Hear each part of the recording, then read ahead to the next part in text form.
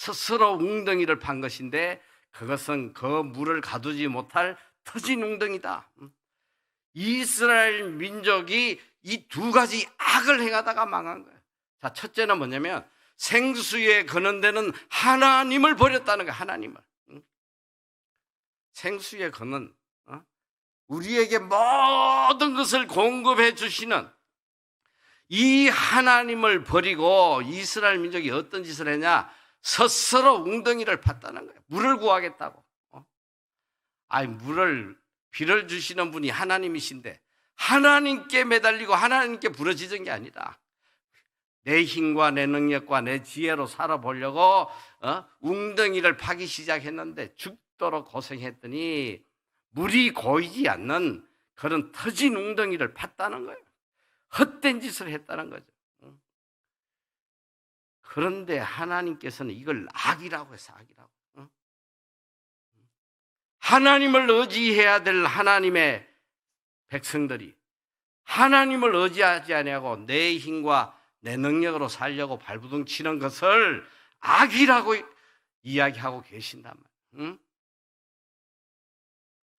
여러분, 세상 이 하나님의 자녀들이요, 세상 사람들과 같은 방법으로 살아가면 망하는 지름길이에요. 세상적 방법으로 살면 망한 지름길이에요. 세상 사람이 다 주식 투자하고 뭐하고 해서 돈 번다고 난리친다고 해서 그런 방법 쫓아 살다가는 망하는 지름길이란 말이에요. 망하는. 하나님의 백성은 하나님의 뜻대로 살아야 돼요. 하나님의 법대로. 세상의 법이 아니고. 세상의 사람은 자기 스스로 살아가야 돼요. 자기의 힘과 능력과 지혜로 살아갈 수밖에 없어요. 그들에게는 하나님이 없으니까. 오늘 우리는 하나님의 자녀들이기 때문에 하나님이 하라고 하시는 대로만 살면 되는 거예요. 그런데 내 인생을 내가 살겠다고, 내가 벌어먹겠다고 발부둥 치고 살아가면 이것 때문에 망한다는 거예요. 이것 때문에. 이것이 악이라는 거예요. 이것이. 그런데 제가 제일 안타까운 게 그래요. 뭐 교회 평생 신앙생활 하는데도 보면 세상 사람들과 똑같은 가치관 가지고 있고 세상 사람들과 똑같은 방법으로 살아요. 인류대학 가야 되고 좋은 직장 가져야 되고 남들과 그냥 경쟁해가지고 짓밟고 이겨야 되고. 하나님의 자녀는 오직 하나님의 은혜로 살아가는 거예요. 우리는 하나님의 은혜가 없이는 살 수가 없어요. 하나님의 은혜를 잊어버리고 세상적인 방법으로 발부둥 치다가는 비참하게 망한다는 거예요. 오늘 성경은 그걸 우리에게 들려주고 있습니다. 자, 그러면 우리가 어떻게 살아야지 하나님께서 우리에게 이 물질의 복을 내려주시나? 자, 정답이 어디 있을까요? 성경에 있잖아요. 성경 말씀대로 살면 돼요. 성경 말씀대로 살면 차고 넘치도록 마음껏 착한 일 하고도 차고 넘치도록 부어주세요. 성경에 뭘 가르쳐 주고 있냐? 자, 성경이 66권인데 사실은 이 성경 66권은 딱 두 가지 계명을 가르쳐 주고 있어요.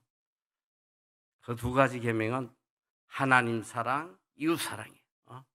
마태복음 22장 37절 이하에 보면 예수님께서 이 성경 66권을 딱 요약해 가지고 딱 한 구절에 이걸 딱 담아 주셨어요. 자, 우리 한번 읽어볼까요? 시작. 예수께서 이르시되 내 마음을 다하고 목숨을 다하고 뜻을 다하고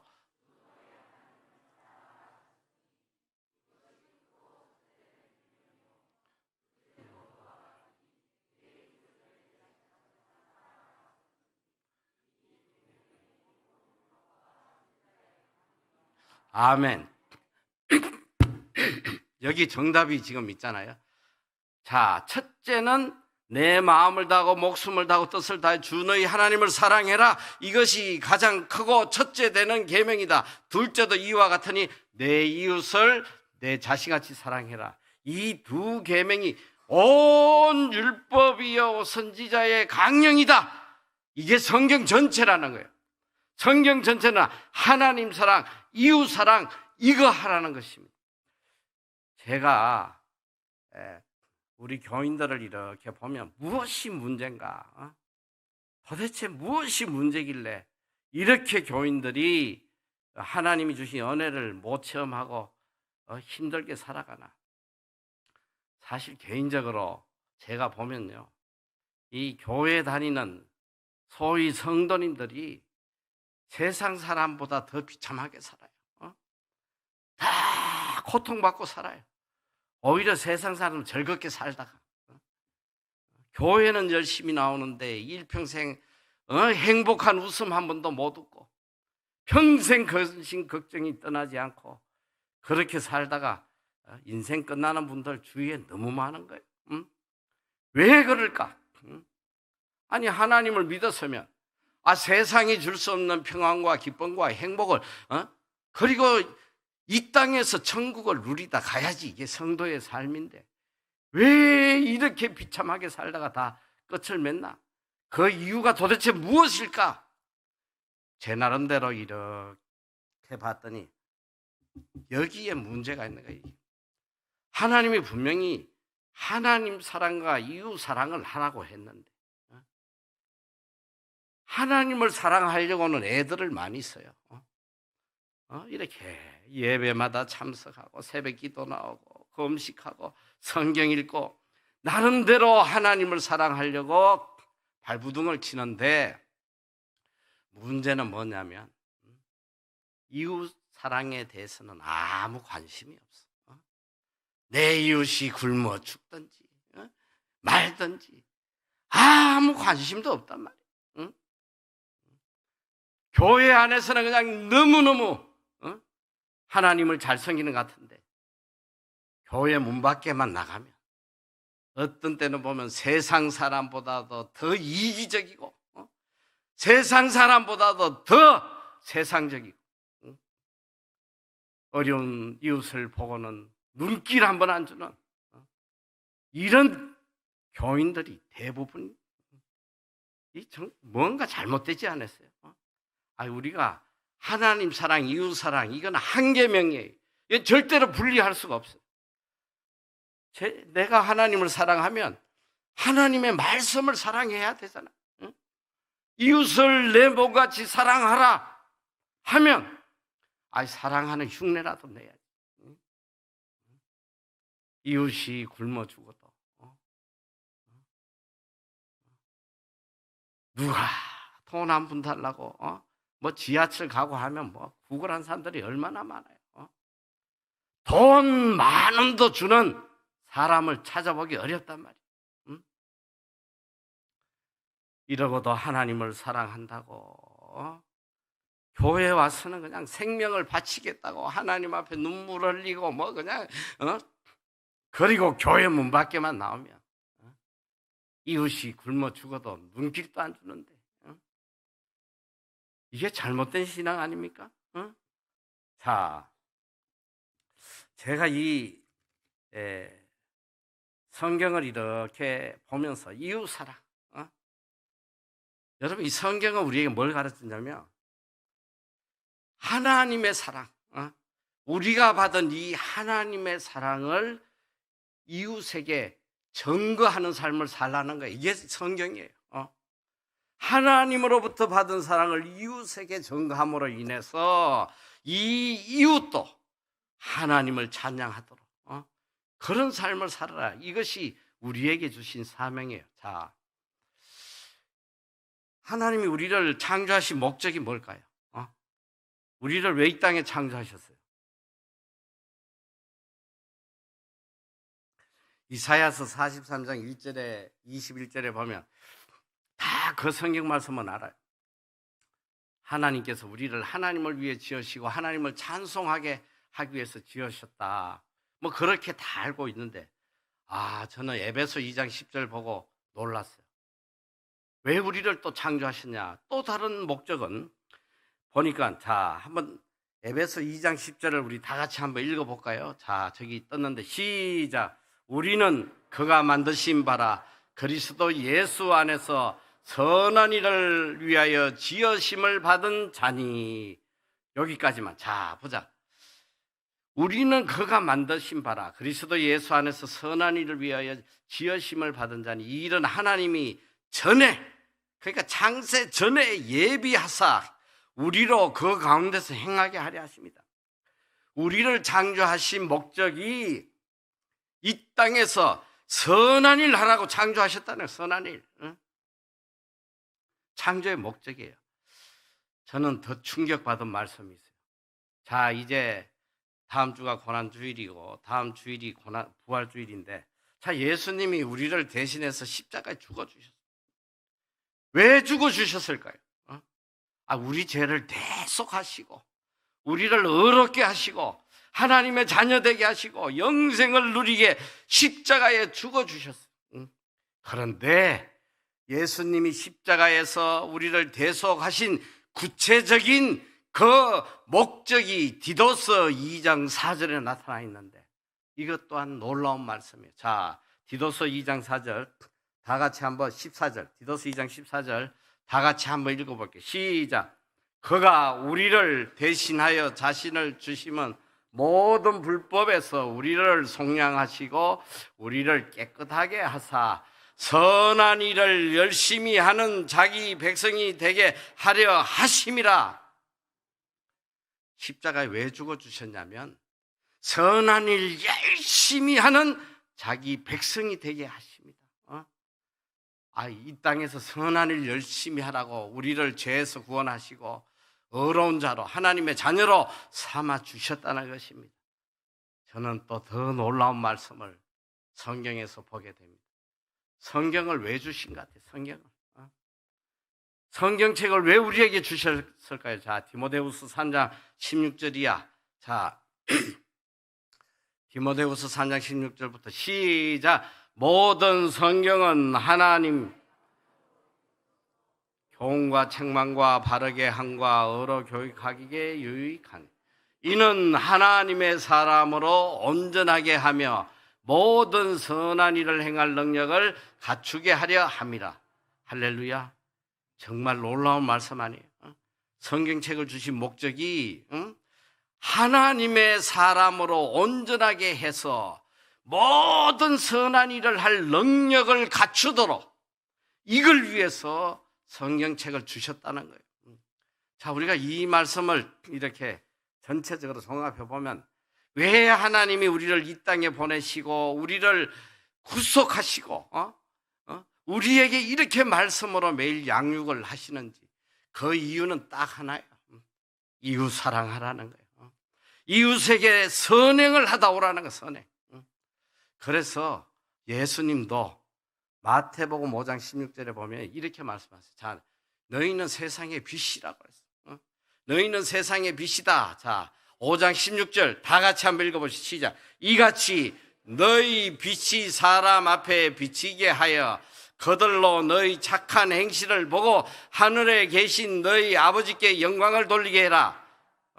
여러분, 빛이 뭐예요? 빛이 무슨 서울대 나온 게 빛입니까? 판검사 된 게 빛이에요. 오늘 분명히 말씀하시잖아요. 너희 빛을 세상 사람들에게 비추게 하라는 거예요. 하나님을 알지 못하는 세상 사람들에게 빛을 비춰가지고 그 빛을 보고 그들이 하늘에 계신 아버지께 영광을 돌리게 해라. 이게 빛된 삶인데, 그 말씀 다시 한번 띄워주세요. 자, 이 빛이 뭐예요? 이 빛이 뭐냐? 이같이 너희 빛이 사람 앞에 비치게 하여 그들로 너희 착한 행실을 보고 하늘에 계신 너희 아버지께 영광을 돌리게 해라. 빛은 우리의 착한 행실이에요. 착한 행실이란 말이에요. 선행이에요, 선행. 예수님도 이 행함이 없는 믿음, 이 열매가 없는 믿음은 다, 이 가지는 다 쳐서 불살라라고. 아무 짝에 쓸모없는 거짓된 믿음이죠. 자, 야고보서에 보면, 야고보서 2장 14절 이하에 보면 이런 말씀이 있어요. 야고보서 2장 14절. 자, 한번 제가 빨리 읽어볼게요. 잘 들어보세요. 내 형제들아, 만일 사람이 믿음이 있노라 하고 행함이 없으면 무슨 유익이 있으리요? 그 믿음이 능히 자기를 구원하겠느냐? 굉장히 중요한 말씀이에요. 잘 들어봐요. 믿음이 있노라 하면서 행함이 없으면 그 믿음이 자기를 구원하겠느냐? 못한다는 거예요. 믿음이 있노라 하면서 행함이 없으면 절대 구원받지 못한다. 자, 이어서 보면 만일 형제나 자매가 헐벗고 일용할 양식이 없는데 너희 중에 누구든지 그에게 이르되 자 평안히 가라, 덥게 하라, 배부르게 하라 하며 그 몸에 설 것을 주지 않으면 무슨 유익이 있으리요? 이와 같이 행함이 없는 믿음은 그 자체가 죽은 것이다. 믿음이 아니라는 거예요. 아니, 믿음이 있노라 하면서 행함이 없으면 구원을 받는다, 못 받는다? 성경은 분명히 구원 못 받는다는 거예요. 제가 서울의 어느 교회 가서 아침에 9시부터 1부부터 4부까지 집회를 하는데 1부 예배가 딱 끝나서 이 말씀을 했더니 장로님이 쫓아왔어요. 아유, 목사님, 이 말씀은 지금 교인들이 크게 오해하게 생겼습니다. 우리가 알기로는 오직 믿음으로 구원받는데 아니 어떻게 행함이 없으면 구원을 못 받는다고 하십니까? 이걸 좀 설명을 잘 해달라고. 알았다고. 자, 그래서 제가 비유로 이야기를 했어요. 야, 여러분, 맑은 컵에 맑은 물에 파란 잉크를 넣으면 어떻게 됩니까? 파란색으로 바뀌지. 오늘 예수 그리스도께서 우리 죄를 대신하여 십자가에 죽어주시고 생명을 바쳐서 그 십자가의 대속의 은혜로 핏값으로 우리에게 선물로 주신 것이 믿음이란 말이에요. 믿음. 이 믿음이 우리 속에 들어올 때에 우리가 변화되지 않겠어요? 성경은 그래서 이 믿음을 받은 자들을 중생했다고 이야기하는, 중생했다. born again, 다시 태어났다는 거예요. 옛 사람은 죽고 옛 생각도 죽고 옛 습성도 죽고 예수 그리스도의 사람으로 거듭난 새 사람이 믿음을 가진 사람들의 믿음을. 예수 그리스도의 믿음이 내 심령에 들어오는데 예수를 믿을 때나 안 믿을 때나 똑같이 죄라는 죄는 다 짓고 사기치고 세상 사람보다 더 악하게 살아가는 교회 나온다고 해서 삶에 아무런 변화가 없는 이자를 갖다가 믿음으로 구원받았다고 누가 이야기할 수 있냐 이 소리예요. 오늘 우리는 너무나 잘못된 믿음을 갖고 있어요. 입으로 그냥 주를 사랑합니다. 이것이 믿음, 구원받는 믿음인지 착각하고 있다는 것입니다. 저는 정말 충격을 받을 때 많아요. 주일날 교회 왔으면 눈물 흘려가면서 하나님 사랑합니다 엉엉 울고 난리쳐도 교회 문 밖에 나가서는 세상 사람보다 더 악하고 거짓되고 더 더럽고 추악하고. 제가 가끔가다 이런 궁금한 이야기 이런 거 한 번씩 이렇게 보는데 우리 사회를 충격으로 몰아넣는 그런 사건들, 잡혀간 사람들을 보면 대부분이 교회 다니는 집사고 이래요. 그런 충격적인 걸 제가 너무 봤거든. 이번에도 보니까 우연히 보니까 인천에 11살짜리 애를 그냥 때려 죽이고 굶겨 죽여가지고 봤더니 새엄마란 여자가 들어와가지고 그 전처의 아들을 죽였는데 이것들이 두 부부가 그러니까 그 여자가 보니까 재혼을 할 때 그 남자한테 조건이 그거야. 당신 교회 안 나가면 재혼 안 한다. 무조건 교회에 나가는 거를 제일 1순위로 하고 재혼을 했더라. 얼마나 믿음이 좋아 보여요. 자식은 그냥 세계적인 찬양 사역자를 만든다고 뭐 이러고 떠들고 다니는 그런 인간이 사람을 죽이는 거야. 이웃 사랑은커녕 내 새끼도 때려 죽이는. 어떻게 이런 자를 구원받았다고 할 수 있겠냐 말이야. 이게 어떻게 믿음을 가진 자라고 할 수 있겠냐 말이야. 오늘 야고보서는 이걸 이야기하는 거예요. 여러분, 로마서는 오직 믿음으로 구원받는다. 어떤 행함으로도 구원받지 못한다. 맞는 말씀이에요. 맞는 말씀이에요. 우리 행함으로 구원받지 못해요. 오직 예수 그리스도를 믿음으로. 그런데 이 믿음이 뭐냐 이스라엘. 이 믿음은 이런 행함을 가지고 있는 살아있는 믿음을 이야기하는 거예요. 참 안타까워요. 하나님을 믿노라 하면서도. 그래서 제가 충격적인 게 뭐냐면 예수님께서도 이 산상수 마태복음 5장에서 7장까지 3년 동안 가르친 천국 복음이 그 안에 다 들어있는데 쭉 너희들이 구원받은 그리스도인들 하나님의 자녀들이 이 땅에서 어떻게 살아야 되는지 이 산상수훈을 하시고 마지막 결론이 뭐냐면 너희들이 이 말씀을 듣고 행치 아니하면 모래 위에 집을 쌓는 어리석은 자 헛짓거리한다. 헛짓거리.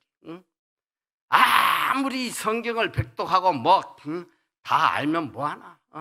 너희 삶 속에 이 말씀에 따른 행함이 없으면 다 거짓된 거야. 다 거짓됐다는. 그리고 그 말씀 바로 직전에 이런 말씀을 하세요. 나더러 주여 주여 하는 자마다 천국 갈 것이 아니요 오직 하나님의 뜻대로 행하는 자라야 들어갈 것이다. 행하는 자라야 들어간다. 그때 그 뒤에 말씀이 너무 중요한 말씀. 그때 많은 사람들이 여기 만원의 여러분이 주의를 해야 돼. 만원. 한두 명이 아니야. 많은 사람이 예수님께 나와가지고 무슨 이야기를 하냐. 주여 주여 우리가 주의 이름으로 선지자 노릇하며. 이거 충격적이지 않아요? 일평생 예수의 이름으로 목사도 하고 선교사도 하고 장로도 하고 권사도 하고 우리가 주의 이름으로 선지자 노릇하고 그 다음에는 보니까 주의 이름으로 귀신을 쫓아내고 이 귀신 아무나 쫓아내요. 영역도 받았다가 영역도. 그리고 우리가 주의 이름으로 많은 권능을 행치 아니하습니까? 그때 주님께서 하시는 말씀이 내가 그들에게 밝히 말하노니 내가 너희들 도무지 알지 못한다. 이 불법을 행한 자들아 떠나가라. 이거 충격적인 말씀 아니에요? 예수의 이름으로 선지자 노릇하고 병든 자 고치고 죽은 자 살리고 엄청난 기적을 행하고 살았는데 예수님이 내가 너를 도무지 알지 못한다는 거예요. 저는 참 성경에서 우리의 이 행함이 얼마나 중요한지를 여러분이 너무나 잘 아는 선한 사마리아인의 비유. 한 율법사가 예수님에게 찾아와서 어떻게 해야지 영생을 얻겠습니까? 영생의 문제를 가지고 찾아오셨을 때에 예수님이 선한 사마리아인의 비유를 해요. 여기 제사장도 강도 만난 자 보고 도망갔다. 레인도 도망갔다. 그런데 이 하나님을 제대로 알지도 못하는 사마리아인이 생명 걸고 이 사람을 구해줬다. 누가 네 이웃이냐? 자비를 베푼 자니다. 그래, 너도 영생을 얻고 싶으면 자비를 베풀고 살아라는 거야. 선한 일 하고 살아라는 거야.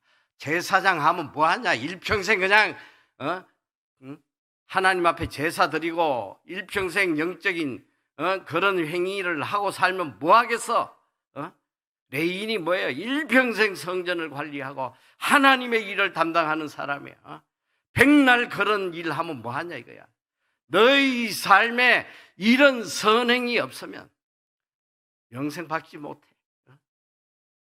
또 마가복음에 보면 한 부자 청년이 찾아와서 어떻게 해야지 영생을 얻겠습니까? 할 때에 그래, 율법을 지켜라. 저는 어릴 때부터 율법 지켰습니다. 아, 참 잘했다. 그런데 너에게 한 가지 부족한 게 있어. 내 가진 재산을 다 팔아 가난한 자들에게 나눠줘라. 그때 슬픈 얼굴을 하고 가버렸다는 거예요. 영생의 문제를 가지고 주님에게 찾아올 때에 주님께서는 가서 구제하라는 거예요. 네가 영생 얻고 싶으면 구제해. 우리의 선행이 정말 영생의 문제와 관련되어 있다는 것. 그리고 이 마태복음 25장에는 정말 충격적인 말씀이 나요. 예수님께서 재림하셔서 우리를 심판을 하세요. 양과 염소를 구분하신다고 그래요. 모든 천사들을 데리고 영광 중에 오셔가지고 양과 염소를 구분하는데 그 양과 염소를 구분하는 기준이 뭐냐? 양은 의인이에요. 영생에 들어갈 자. 이 염소는 저주받을 자들, 영벌에, 지옥불에 들어갈 자. 이걸 어떻게 주님이 구분을 하시냐면, 자, 의인들에게 오셔서 말씀을 하세요. 야, 너희는 내가 헐벗을 줄일 때 먹이고 헐벗을 때 먹이고 병들었을 때 돌보고 감옥에 있을 때 찾아보고 나에게 네가 이런 일을 했지 않냐? 주여, 우리가 언제 주님께 이런 일을 했습니까? 할 때에 주님께서 지극히 작은 자에게 한 것이 나에게 한 것이다. 너희는 영생에 들어갈 것이다. 이 악인들은, 염소 새끼들은, 아니 언제 우리가 주님에게 안 했습니까? 지극히 작은 자에게 하지 않은 게 나에게 하지 않은 거다. 너희들은 영벌에 들어가라, 이 저주받을 자들.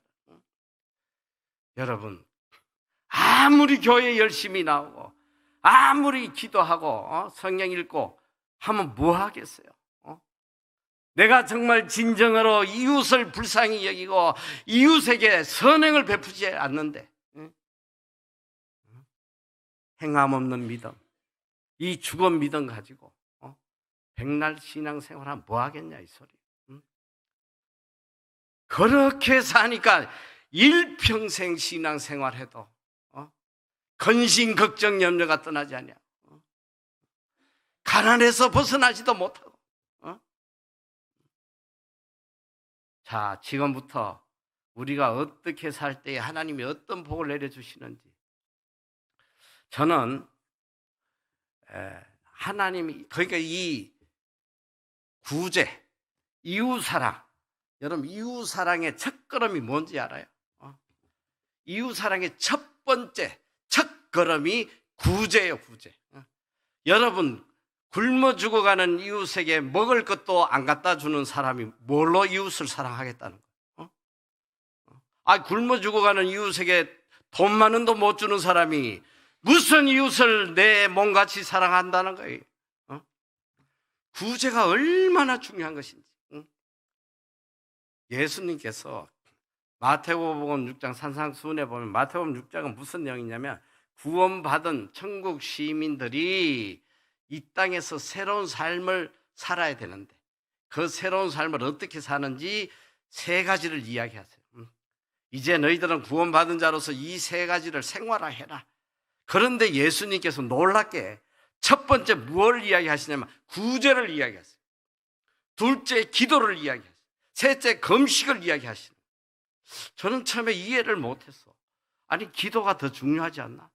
어떻게 구제를 이야기하실까? 그러면 제가 이렇게 묵상을 하면서 깨달음이 오는데, 여러분, 아니 굶어 죽어가는 이웃을 돕지도 않는 인간이 어떻게 하나님을 위해서 생명을 내놓겠다고 기도할 수 있겠냐? 불쌍한 이웃도 돕지 않는 인간이 무슨 온전한 기도를 할 수 있겠냐는 거예요. 이웃사랑의 첫걸음이 구제인데, 여러분 이 구제는요, 여러분의 축복의 통로기도 하지만 또 여러분의 모든 재정의 문제를 해결받는 맞는 키예요. 여러분, 구제하지 않으면 절대로 이 물질의 문제 해결받지 못해요. 여러분, 구제는 뭐 성탄절에 하는 이벤트가 아니란 말이에요. 일평생 우리가 매일매일 실천해야 되는 하나님이 우리에게 주신 의무예요. 의무. 이웃사랑의 가장 첫 번째 의무란 말이에요. 이 구제를 생활하지 않으면 그 다음부터 아무것도 못해. 아무것도. 자, 이제 구제하는 자에게 내려주시는 하나님의 은혜가 얼마나 큰지 고린도후서 9장 8절을 한번 보세요. 자, 여러분, 이 고린도후서 9장 8절 보면 자, 한번 다 같이 읽어볼게요. 자, 여기에 모든이라는 단어가 몇 번 나오나 한번 보세요. 자, 시작. 하나님이 능히 모든 은혜를 너희에게 넘치게 하시나니 이는 너희로 모든 일에 항상 모든 것이 넉넉하여 모든 착한 일을 넘치게 하게 하려 하심이라. 모든이 몇 번 나와요? 4번이나 나와요. 자, 하나님이 능히 모든 하나님이 은혜를 주시는데, 사실 우리가 하나님으로부터 한 가지만 은혜만 받아도 다 끝난 거예요. 뭐 신경 쓸 게 없어. 그런데 모든 은혜를 다 주신다는 거예요. 모든 은혜를 다 주시는데 그냥 주시는 게 아니라 넘치게 주시는, 넘치게, 차고 넘치게. 이 말씀이 내 삶에 이루어졌다면 다 끝난 거 아니에요? 걱정, 근심, 염려할 게 뭐가 있어? 하나님의 모든 은혜가 내 삶에 넘치는데, 내 가정에 넘치는데 뭘 신경을 쓰겠어? 자, 그것뿐이 아니라 또 이는 너희로 모든 일에, 그러니까 내가 하는 모든 일마다 항상 천국 가는 날까지 항상 모든 것이 넉넉하여 모든 착한 일, 내가 하고 싶은 모든 착한 일을 넘치게 하게 하려 하십니다. 내가 하고 싶은, 내가 사실 우리가 그렇잖아요. 착한 일을 하고 싶어도 뭐가 있어야 할 거 아니야. 아니, 내 먹을 것도 없는데 내가 어떻게 하겠어? 그런데 오늘 하나님께서 모든 착한 일, 내가 하고 싶은 모든 착한 일을 마음껏 하고 싶은 대로 다 하게 해 주시겠다는 거예요. 할렐루야. 여러분, 이 말씀이 여러분의 삶에 임하면 좋겠죠? 여러분, 하나님의 말씀은 거짓이 없어요. 반드시 이 말씀이 그대로 이루어진다는 거. 자, 제가 이루어지는지 안 이루어지는지 이제 제가 좀 이따 간증을 하는데, 우선 이 말씀을 주신 배경을 알아야 돼요.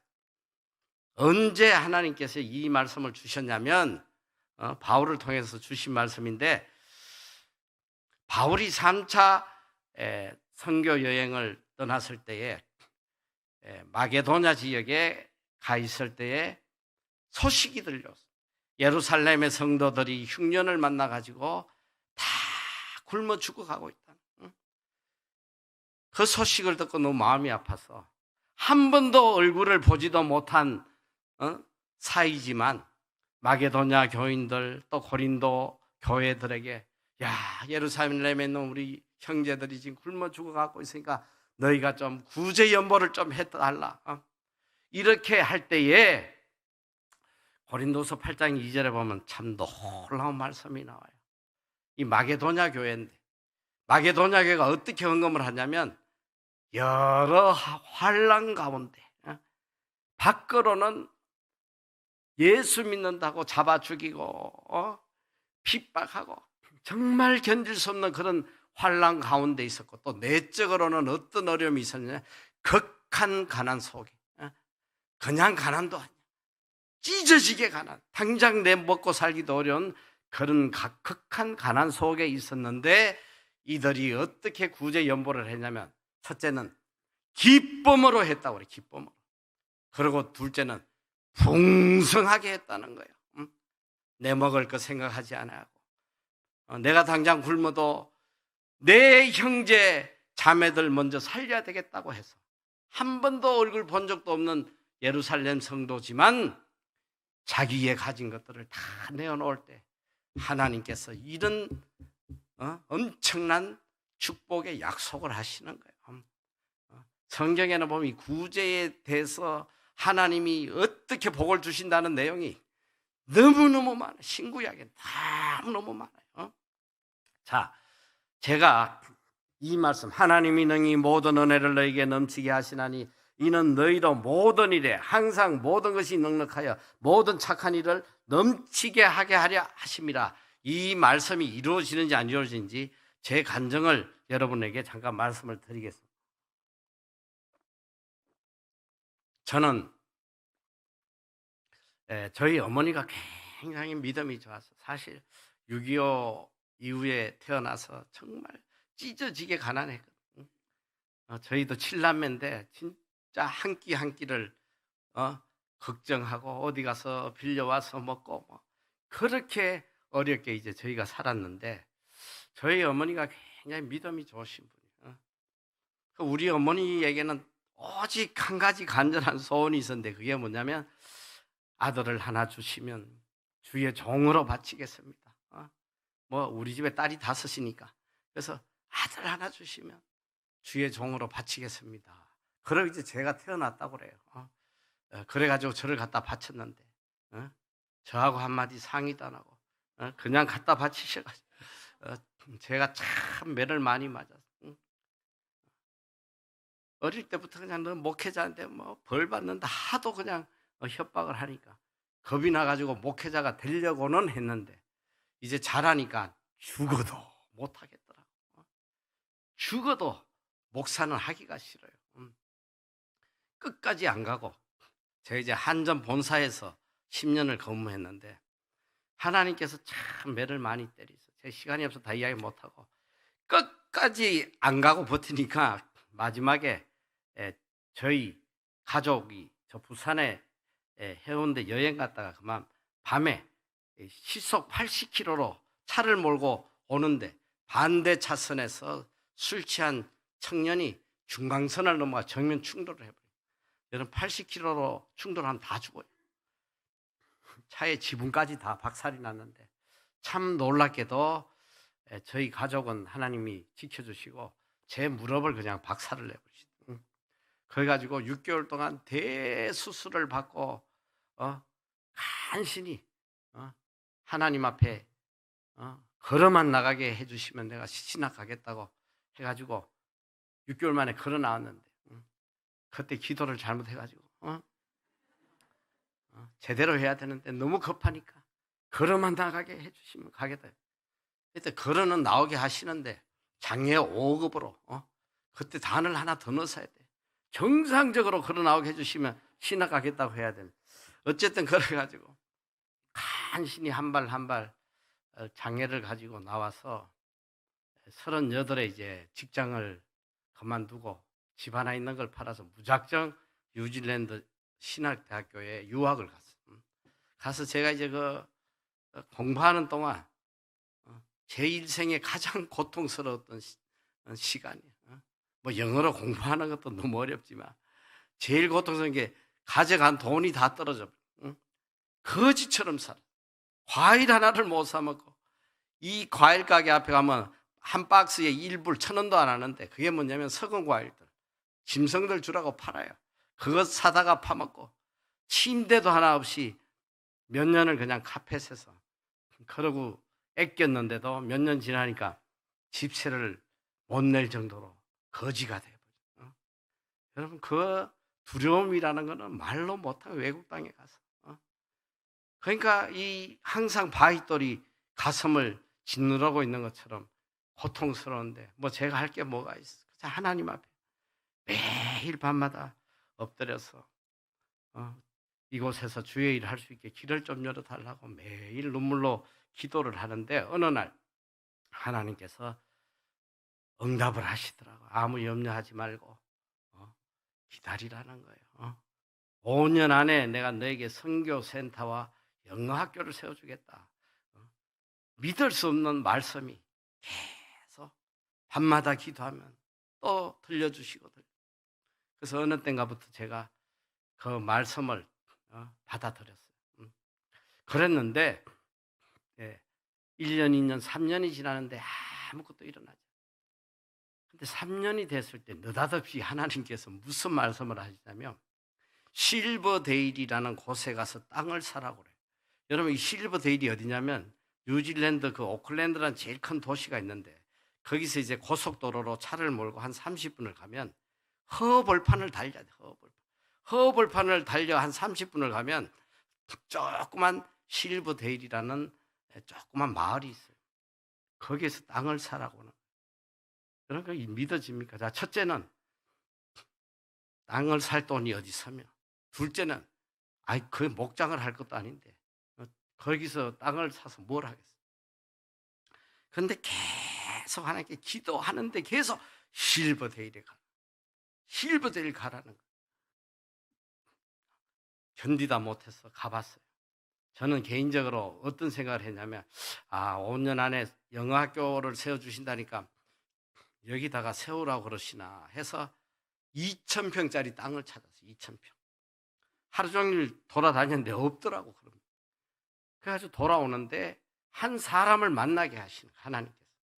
그 지역에 땅을 개발하는 개발업자인데 왜 여기서 땅을 찾냐? 그래서 내가 우리가 크리스찬 학교를 세우고 싶다 했더니 이분이 지금은 그런 땅이 없으니까 나중에 나오면 연락을 해주겠다 하고 전화번호를 주고 헤어졌어. 그리고 와서 얼마 동안 잊어버리고 있었는데 어느 날 갑자기 하나님께서 너무나도 강하게 지금 당장 실버데일로 가라는 거예요. 지금 당장 가라는 거예요. 그때 전화가 왔어요. 그 땅 개발업자가 전화가 와서 너희가 찾는 땅이 나왔으니까 빨리 오라는 거예요. 해가 질 무렵이에요.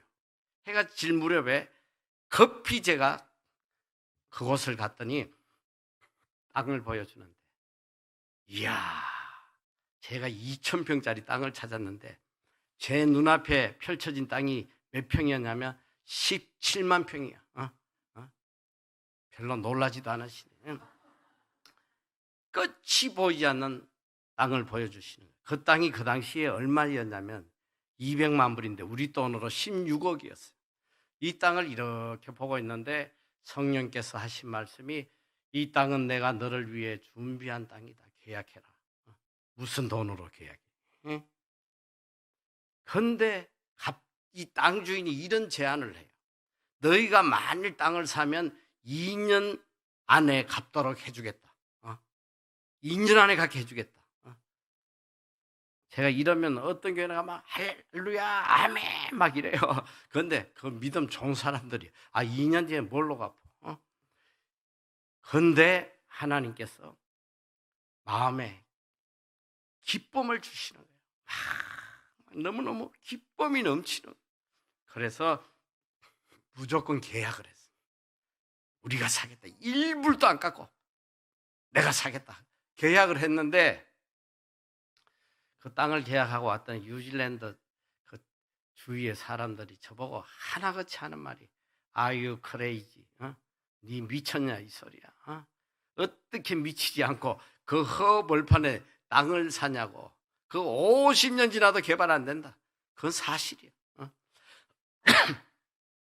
그런데도 제 마음에는 아무 걱정이 안 돼. 시간이 지나가지고 10개월이 지났는데 느닷없이 부동산에서 전화가 왔어. 너희 가진 땅을 팔으라는 거예요. 얼마 줄 건데? 얼마 줄 건데? 그런데 우리가 그 땅을 살 때 이 땅이 17만 평인데 위에 2만 평은 굉장히 좋은 땅이야. 언덕에. 요거는 2만 평이 얼마였냐면 한국 돈으로 8억. 그리고 밑에 15만 평은 꺼진 땅인데 요것도 8억. 두 개 합쳐서 16억에 우리가 계약을 했는데 부동산에서 밑에 꺼진 15만 평 팔으라는 거예요. 얼마 줄 건데? 400만 불 준다는 거예요. 그런데 아무도 놀라지 않잖아요. 계산이 안 돼서 그래. 자, 계산해드릴게요. 400만 불이면 32억이야. 32억에 팔으라는 거예요. 여러분, 이 32억의 땅을 팔면 땅가 16억 갖고 나면 얼마 남아요? 돈 16억이 남고 땅이 2만 평이 생기는 거예요. 가슴이 떨려가지고 말을 못 하겠더라고. 그래서 제가 내가 하루 기도하고 결정할 테니까 하루 달라 해서 제가 밤에 기도를 하는데 이야 정말 이걸 어떻게 해야 될지 모르겠더라고요. 하나님 이거 얼마에 팔까요? 얼마에 팔까요? 하나님께서 저에게 들려주신 금액은 780만 불이에요. 안 놀라시잖아. 계산이 안 되니까. 63억이. 아니 허벌판에 8억짜리 땅을 10개월 만에 63억 내놓으라며 아유 크레이지 하고 갈 거 아니에요. 정말 말을 못하겠더라. 그런데 하나님께서 용기를 주셔가지고 담대히 그냥 이야기를 했는데 결론적으로 그 땅이 10개월 만에 63억에 팔린 거예요. 그래가지고 이 땅값을 갖고도 돈이 거의 50억 가까이가 생긴 거예요. 자 여기서 하나 여러분 놀라운 일이 있지 않아요? 아니 그 땅이 내 땅이 아니잖아요. 돈도 안 줬는데 남의 땅을 내가 팔아먹을 수 있어요 없어요? 못 팔지. 하나님께서 어떤 일을 하시냐면 이 땅을 계약하자마자 돈도 안 줬는데 이 땅 주인이 어떤 일을 했냐면 그 땅의 명의를 제 이름으로 바꿔줬더라고. 바꿔주고 거기다가 200만 불 저당을 잡아놨어요. 저는 이런 일을 지금까지 한 번도 본 적이 없어. 그런데 왜 이 인간이 그렇게 했나? 이 하나님이 하신 일인데 이 사람이 아니 내가 너희들 땅값 2년 뒤에 갚도록 했으니까 2년 동안 땅에 나오는 세금은 네가 내라는 거야. 네가 내라 하고 명의를 바꿔버린 거예요. 우리 하나님이 하신 거예요. 그게 안 바꿔졌으면 그 땅을 어떻게 팔겠어? 이야 우리 하나님 모든 환경을 다 움직이시는 거예요. 하나님께서. 그래가지고 그걸 팔고 난 뒤에 그 돈을 가지고 이제 우리 선교센터 빌딩을 찾아다니는데 사실 그게 정확히 한 45억인가 남았는데 그걸 갖고 무슨 빌딩을 사겠어요. 그런데 하나님께서 우리를 한 빌딩으로 인도하셨는데 정말 놀라운 일이에요. 자 15번 사진 보여주시면 10층짜리 유리 빌딩이에요. 11층이에요. 11층 11층짜리인데 여러분 저 사진을 봐서 모르지만 저 빌딩이 굉장히 큰 빌딩이에요. 한 층의 건물 평수가 한 300평 정도 돼. 이게 11층짜리 빌딩인데 그 당시에 저거 100억이 훨씬 넘어가는 빌딩인데 저걸 하나님께서 제가 이거 세밀하게 시간이니까 못하는데 우리를 위해서 예비해 두신 거예요. 저걸 반값도 안 되게 700만 불, 7, 8이 56, 한 50억 정도에 우리한테 거저 주신 거예요. 있을 수가 없는 거예요. 그랬는데 진짜 놀라운 일은 뭐냐면 저 빌딩을 사서 갔더니 저 안에 영어 학교가 있는 거예요. 영어 학교. 여러분 뉴질랜드에서는 이 영어 학교를 세운다는 게 일반 학교하고 똑같아요. 초중고등학교 똑같아요. 그걸 세우려면 얼마나 많은 비용과 얼마나 많은 인력이 들어가야 되는지 몰라요. 저희는 꿈도 꾸질 못해요. 그런데 중국 사람과 뉴질랜드 사람이 세워놓은 멋진 학교가 저 안에 세워져 있었는데 저희가 빌딩을 사서 갔더니 그 학교 오너가 이 학교 너희 가지지 않겠냐? 거의 그냥 주고 가버렸어.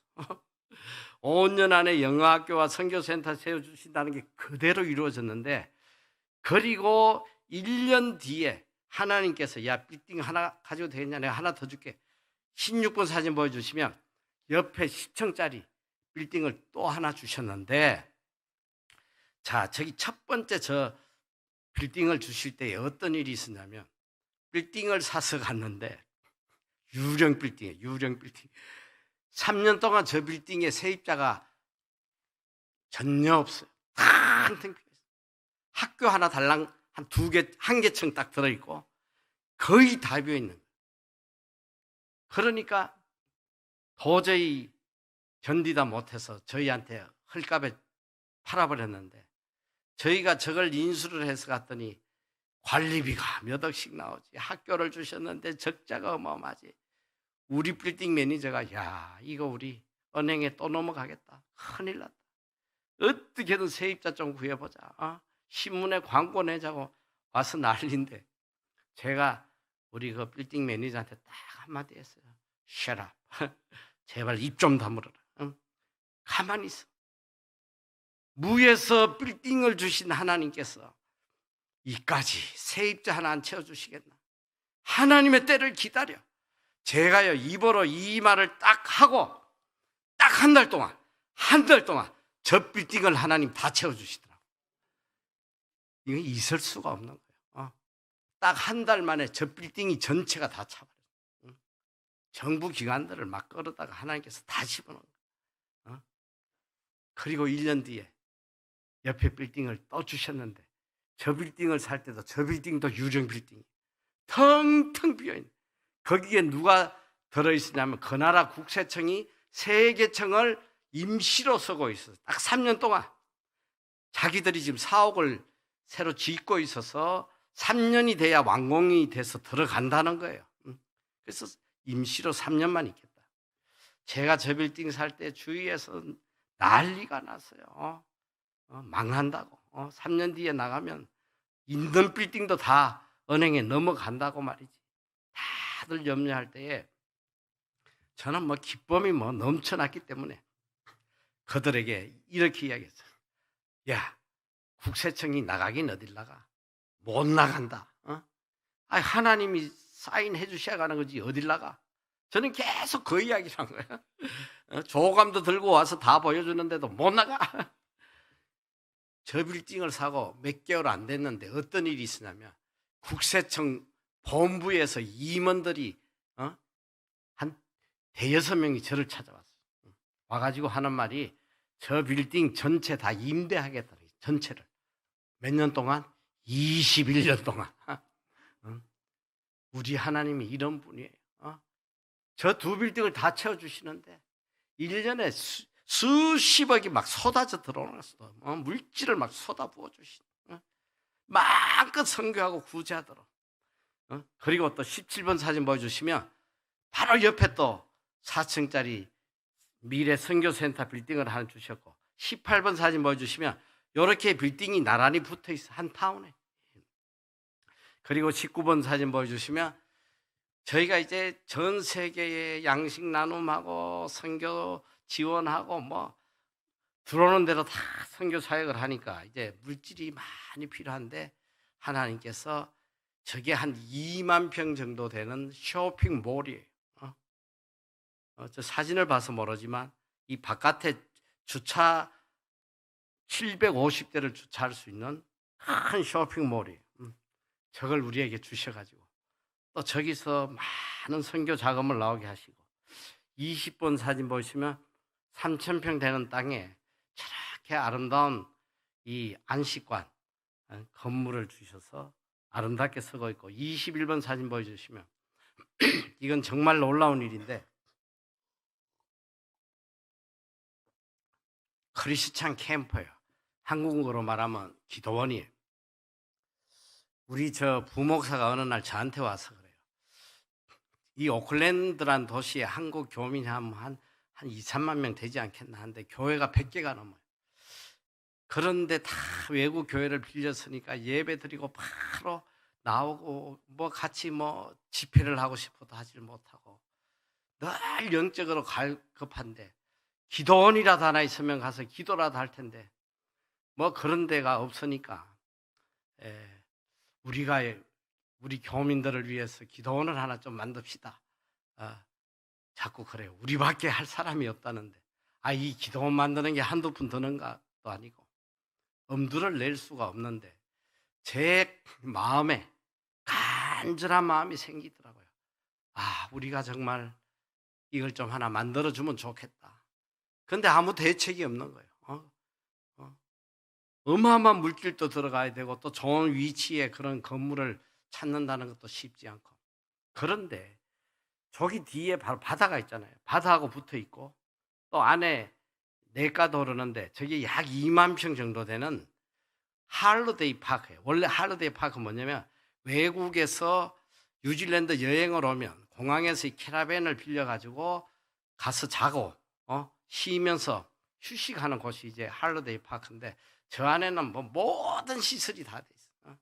식당도 있고 숙소도 있고 뭐 없는 게 없어. 예배당까지도 다 준비되어 있는. 그런데 하나님께서 저걸 저에게 토요일 날 저걸 보여주시더라고. 보여주시고 이틀 뒤에 월요일 날 우리께 되게 하시는 거예요. 이틀 만에 우리께 된 거예요, 저게. 오클랜드 제일 큰 도시에서 우리 선교센터 빌딩에서 불과 45분만 가면 되는 바닷가예요. 너무너무 아름다워. 저게 몇 년 동안 만들었냐면 1954년에 세워져서 지금 몇 년이 거의 70년 가까이.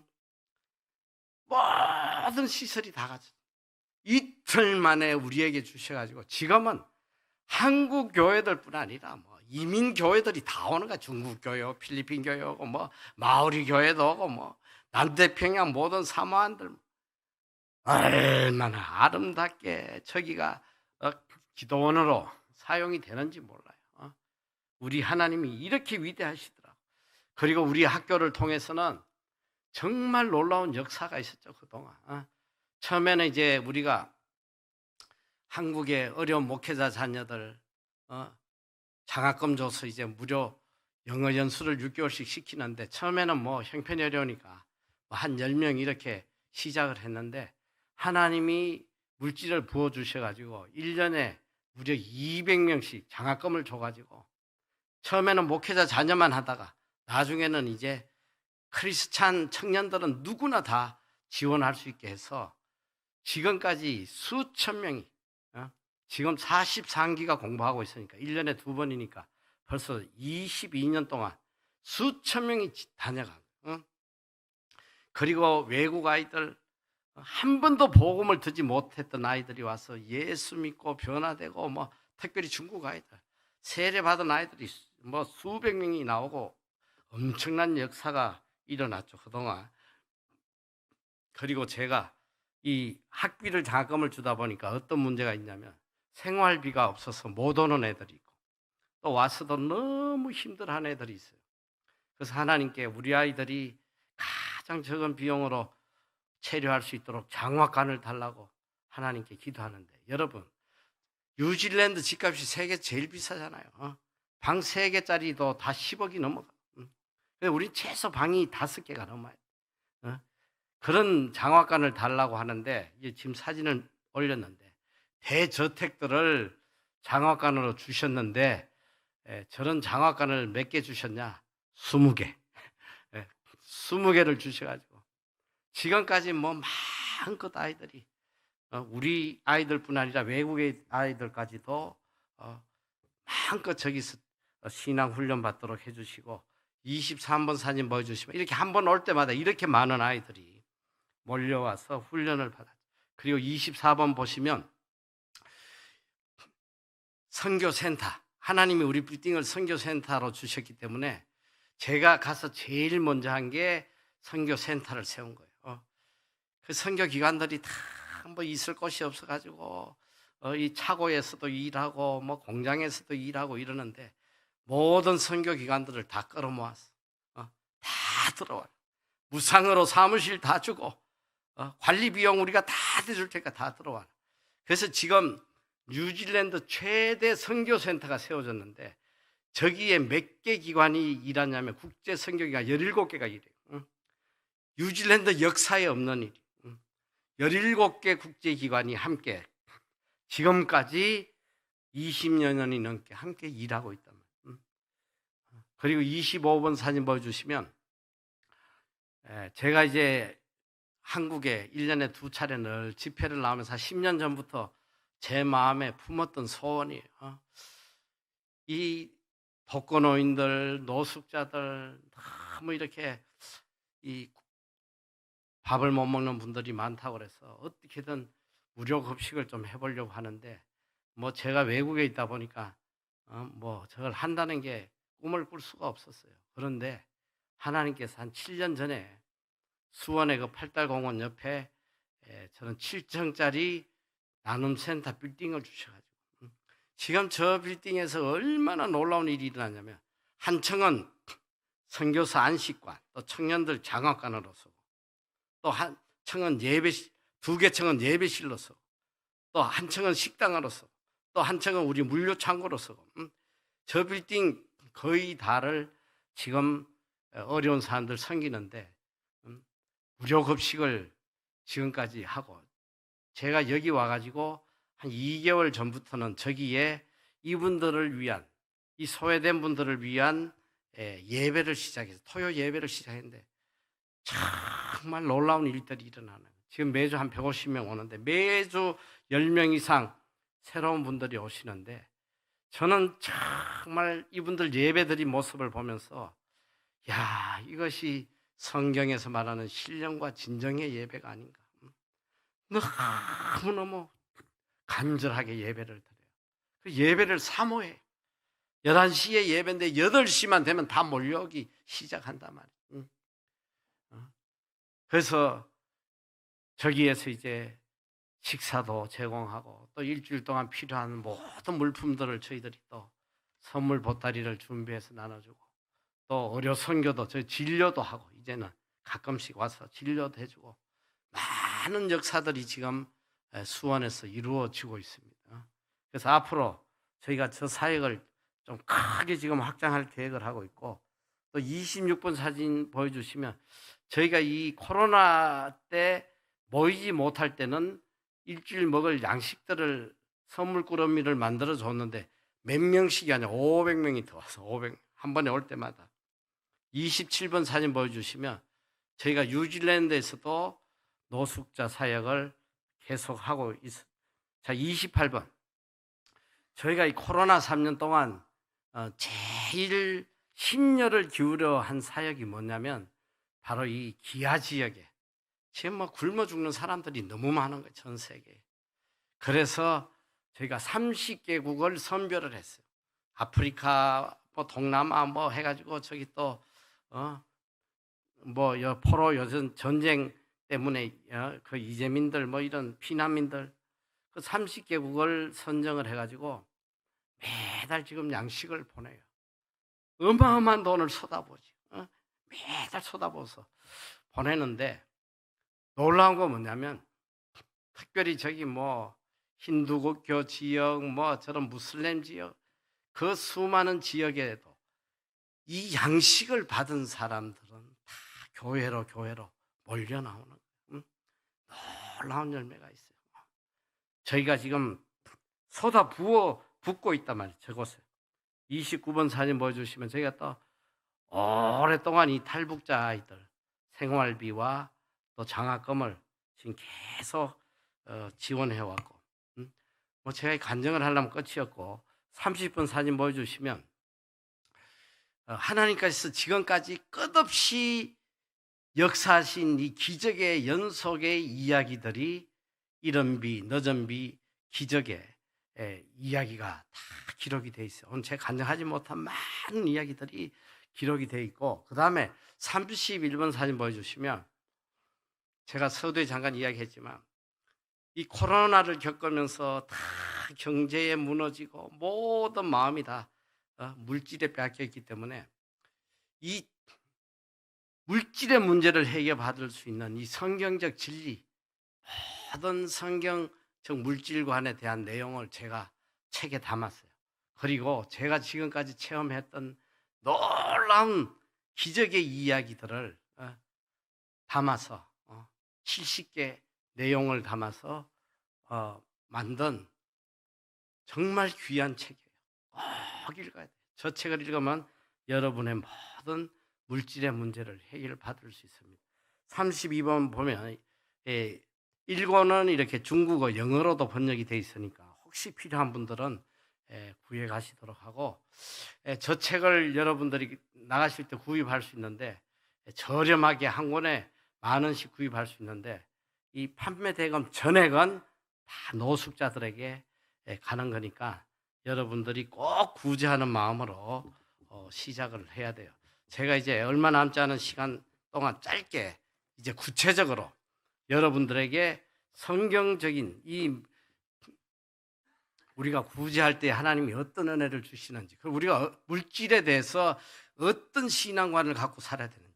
제가 처음에 이야기했지만 여러분이 물질관이 잘못되면 일평생 여러분 신앙이 다 엉터리가 되는 거예요. 하나님과 왼수된 삶을 사는 거예요. 그 대표적인 게 뭐예요? 기복주의 신앙이죠. 기복주의. 내 힘으로 내 능력으로 얻지 못하는 이 물질을 어떻게든 하나님의 도움을 받아서 좀 얻어보려는 이런 얄팍한 거짓된 기복주의 신앙으로 일평생 살아가는 교인들이 너무 많은 거예요. 정말 슬픈 건 뭐냐면 이게 신앙인지 알고 있다는 거예요. 이게 신앙인지 알고 있어.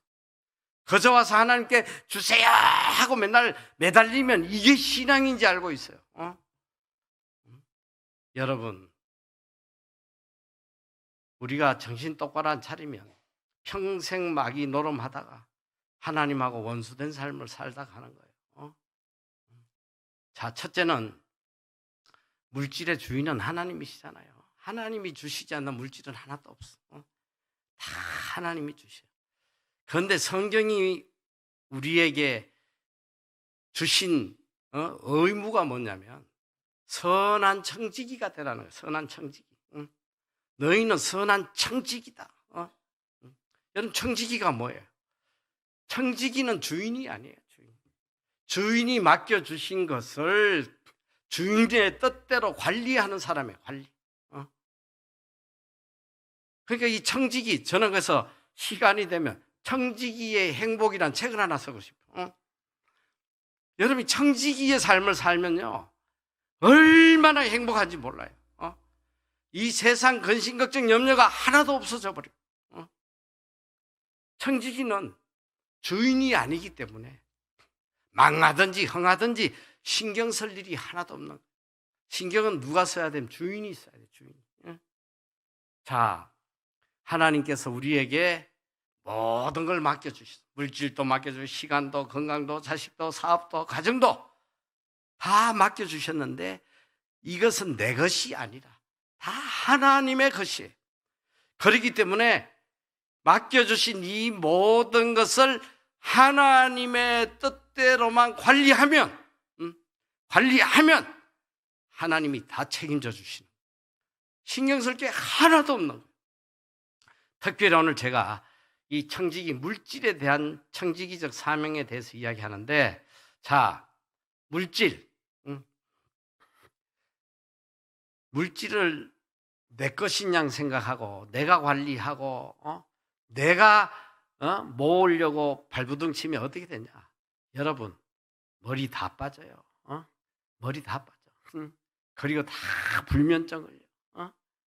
우울증 걸려가지고 평생 신앙생활해도 한 번도 행복하게 살질 못해. 평생 물질 때문에 고통받다 간단 말이에요. 청지기로 살면 얼마나 행복한지. 자, 물질은 내 것이 아니기 때문에. 자, 쉽게 제가 이야기를 하면, 자, 물질이 좀 몇 푼 생기면, 이게 뭐 10만 원이든 100만 원이든 몇 푼 생기면 대체로 우리 성도들은 야, 요걸 갖고 뭘 해야 되나? 첫째는 뭐 자기를 위해서 쓰려고 하죠. 또 요거 뭐 어떻게 한 돈을 좀 불려볼까? 주식을 할까? 어디 적금을 들까? 결국은 이 하나님 주신 물질의 주인이 나고 나를 위해 쓰는 거예요. 그런데 이 물질을 가지고 어떻게 하면 하나님을 기쁘시게 할까? 물질을 그렇게 한번 써보란 말이에요. 하나님이 기뻐하시는, 주인이 기뻐하시는 뜻대로 물질을 한번 써보면 어떻게 되냐? 예수님께서 마태복음 6장 31절에 이렇게 말씀하세요. 자, 너희가 염려하여 이르기를 무엇을 먹을까, 무엇을 마실까, 무엇을 입을까 하지 마라. 이는 다 이방인이 권한 것이다. 너희 하늘 아버지께서 이 모든 것이 너희에게 있어야 할 줄 아시느니라. 그러므로 너희는 먼저 그의 나라와 그의 의를 구하라. 그리하면 이 모든 것을 너희에게 더하시리라. 여기 정말 중요한 메시지가 있어요. 자, 무엇을 먹을까, 무엇을 마실까, 무엇을 입을까 하지 마라. 여러분, 이게 뭐냐면 의식주의 문제, 의식주. 내가 이 땅에 살아가는데 필요한 모든 것 이거 가지고 염려하지 말라는 거예요. 자, 이거 가지고 염려하는 것은 이방인, 하나님을 모르는 인간들이나 하는 것이다. 너희 하늘 아버지께서 이 모든 것이 너희에게 있어야 할 줄 아신다. 자, 이 말씀은 여러분이 이 세상을 행복하게 살려면 하나님이 하실 일과 내가 할 일을 구분할 줄 알아요. 이거 구분 못하면 인생 정말 피곤해서 못 살아. 얘가 부모 할 일을 자꾸 지가 하려고 뻐둥대면 그 애가 어떻게 되겠어? 하나님이 하실 일을 내가 하겠다고 자꾸 뻐둥대니까 머리 다 빠지고 불면증 걸리는 거예요. 의식제 문제는 내가 할 일이 아니에요. 내가. 전적 하나님이 하실 일이라고 하나님 말씀하시잖아요. 너는 네 할 일이나 하라네. 네 할 일. 너희는 먼저 그의 나라와 그의 의를 구하라. 그리하면 어떻게 되냐? 그렇게 하면 결론적으로 어떻게 하냐? 이 모든 것, 우리가 세상에 살아가는데 필요한 이 모든 것을 너희에게 더하신다는 거예요. 다 주신다는 거예요. 하나님의 뜻대로 하나님의 나라와 의를 위해 살면 다 주신다는 거예요. 이거보다 행복한 삶이 어디 있겠어요? 내 인생 내가 살겠다고 버둥대니까 있는 것도 다 뺏기고. 이 말씀은 뭐 선행하고 살라는 거예요. 그의 나라와 그의 의, 이 땅에서 하나님의 의를 이루고 하나님께 영광 돌리는 삶을 살으란 말이에요. 그리고 이제 돈에 대해서 우리가 어떤 마음을 가져야 되냐면, 시간이 많지 않아서 제가 간단히 하는데, 자, 첫째로 디모데전서 6장 10절을 보면 돈을 사랑하지 말라고 그랬어요. 돈을 사랑함이 일만하게 뿌리가 되나니 이것을 탐내는 자들은 미혹을 받아 믿음에서 떠나 많은 근심으로 자기를 찌른다. 여러분, 돈 사랑합니까? 안 사랑합니까? 돈 사랑해요? 안 사랑해요? 사랑하죠? 얼만큼 사랑해요? 자, 오늘 좀 정직하게. 자, 돈 얼만큼 사랑해요? 많이. 자, 이제 내가 결정적인 한번 물었는데, 돈을 더 사랑해요? 하나님을 더 사랑해요? 제가 보니까 다 하나님이라고 그러대. 예? 하나님을 더 사랑해요? 돈보다? 리얼리? 그 정말이에요? 자, 제가 한번 물어볼게요. 자, 주일날 한 친구가, 사업하는 돈 잘 버는 친구가, 가장 가까운 친구가 이야기를, 야, 말자야, 너 내일 내가 너무너무 바쁜 날인데, 주일 바쁜 날인데, 야, 하루만 좀 와서 도와주면 너 내가 1억 줄게, 1억. 자, 야, 그래도 나는 꼭 주일날 교회 가야 돼. 자, 나는 그래도 꼭 주일날 교회 가야 돼 하고 교회 나올 분 손 내려보세요. 이 교회는 참 믿음이 특출하시네. 1억은 무슨 1억이야. 10만 원만 줘도 그냥 안 올 사람들이 수두룩하단 말이야. 정말 한번 내 자신을 뒤돌아보란 말이야. 정말 내가 물질보다 하나님을 더 사랑하는데, 여러분이 정말 물질보다 하나님 더 사랑하면요, 하나님 쏟아부어 주셔요. 쏟아부어 주신다.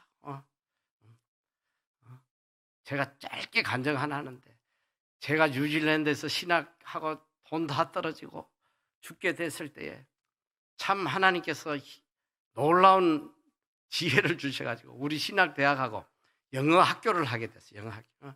그때 한국 아이들이 막 몰려 들어오니까, 그러면 이 아이들을 하면 우리 신학교도 너무 재정을 어려우니까 도움이 되고, 저도 거기서 또 월급을 받고 앞으로 영주권도 받을 길이 생겨서 제 인생이 걸린 문제니까 제가 온 마음을 다해서 시작을 했는데, 어쨌든 하나님께서 참 IMF를 끝나고 이제 한국 나가는데 한국 가면 내가 이 기독교 기관하고 일을 하게 해주겠다. 저는 거기가 어딘지 모르고 나왔어요.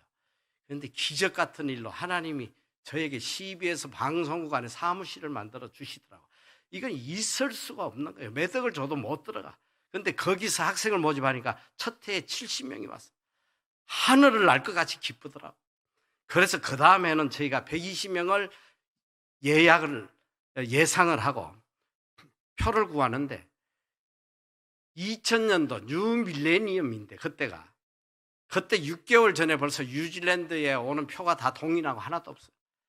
해가 제일 먼저 뜨기 때문에 전부 다 연말에 다 몰려오는데 저희도 간신히 6개월 전에 한꺼번에 표를 못 구하고 30명씩 4번에 걸쳐서 간신히 표를 예약을 했는데 제가 이제 하나님께서 딱 120명을 보내주시더라고. 그래가지고 이제 내 차례 이제 출발을 시키려고 티켓을 비행기 일정을 딱 보는데 이건 정말 충격적인 게 제가 2000년도 달력을 안 보고 1999년도 달력을 봤어요. 그런데 한 팀이 어떤 일이 있었냐면 돌아오는데 30명이 주일날 새벽에 인천에 도착을 하는 거예요. 뭐 주일날 새벽에 와도 뭐 교회 가는데 지장 없으니까 그게 무슨 문제가 되겠냐 하지만 저는 제 신앙 양심에 이제 그게 용납이 되질 않았어요. 왜 그러냐면 부모들이 지방에서 놀러 오고 하는데 어떻게 예배를 지키나. 우리가 주일을 한다면서 교회를 못 가게 한다는 거 있을 수 없다. 그래서 제가 여행사 사장에게 얼마를 주더라도 월요일 날 좀 나오는 걸로 좀 해달라 했더니 그 당시에는 일확천금을 줘도 표 한 장도 못 가요. 한 장도 못 가요. 그때 제가 결단을 내렸어요. 30명을 전부 다 취소해버렸어요. 여러분 상상을 못해요. 이게 취소한다는 게 뭐냐면 내 인생이 끝났다는 거예요. 한국 부모들 수준 알잖아. 이제 곧 내일 모레 간다고 가방 사고 기다리는데 취소하면 특별히 한국 기독교 이 성도 어머니들 아시잖아요. 수준.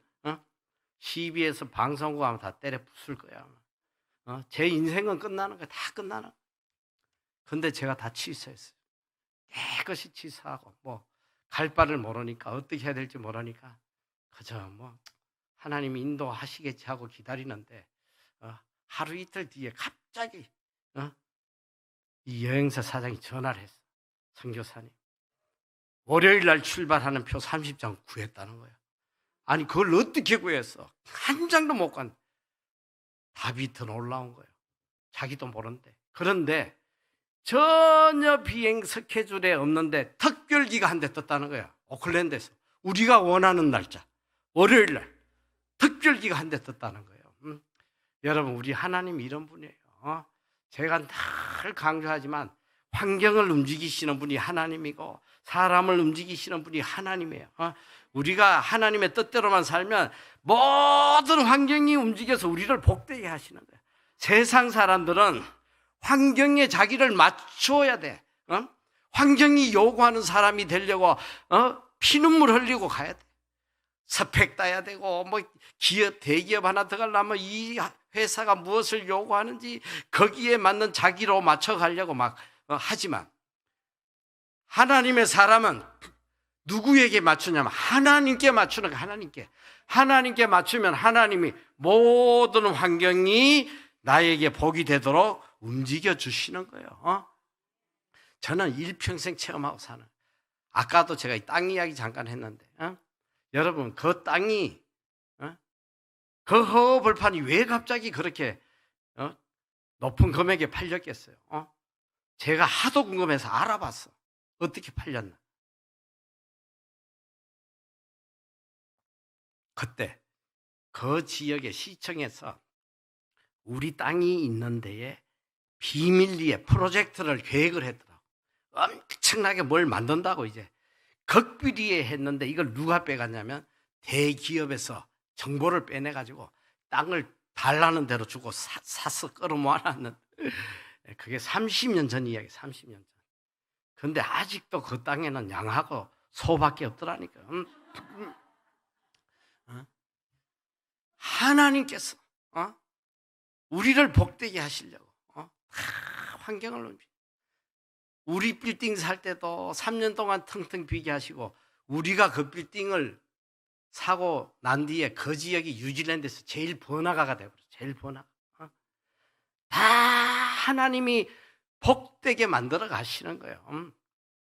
자, 그래서 우리는 환경을 볼 것이 아니라 언제든 하나님만 바라보고 하나님 기쁘시게 하는 삶을 살면 하나님이 복되게 해주시는 거예요. 자, 그리고 그 다음에 돈을 사랑함이 일만하게 뿌리가 된다. 모든 악은 돈 사랑하는 데서부터 나온다. 주식을 왜 해요? 돈 사랑하니까. 주님을 바라봐야지 주식을 바라보면 되겠어. 이렇게 돈을 사랑하면 결론이 뭐냐면, 첫째는 미혹을 받고, 둘째는 믿음에서 떠나게 되고, 셋째는 뭐냐? 근심으로 자기를. 돈 사랑하면 일평생 근심하다가 비참하게 죽어. 얼마나 비참한지 몰라. 일평생 근심하다가 인생 끝난단 말이야. 그리고 부자 되려고 하지 말라. 여기 디모데전서 6장 9절 보면, 부하려 하는 자들은 시험과 올무와 여러 가지 어리석고 해로운 욕심에 떨어지나니 곧 사람으로 파멸과 멸망에 빠지게 하는 것이다. 부자 되려면 결론이 뭐냐? 파멸하고 멸망하는 거예요. 다 멸망하는 거예요. 부자 되려고 애쓴다고 해서 되지도 않아요. 되지도 않으면서 멸망만 한단 말이에요. 멸망, 파멸하고. 그럼 우리는 어떻게 살아야 되냐? 여기 보니까 디모데전서 6절에 보니까, 그러나 자족하는 마음이 있으면 경건은 큰 유익이 되느니라. 우리가 세상에 아무것도 가지고 온 것이 없음에 또한 아무것도 가지고 가지지 못하리니 우리가 먹을 것과 입을 것이 있은즉 족한 줄로 알 것이다. 그저 밥 세 끼 먹으면 감사하고, 앉으나 서나 자나 깨나 오빠 생각이 아니고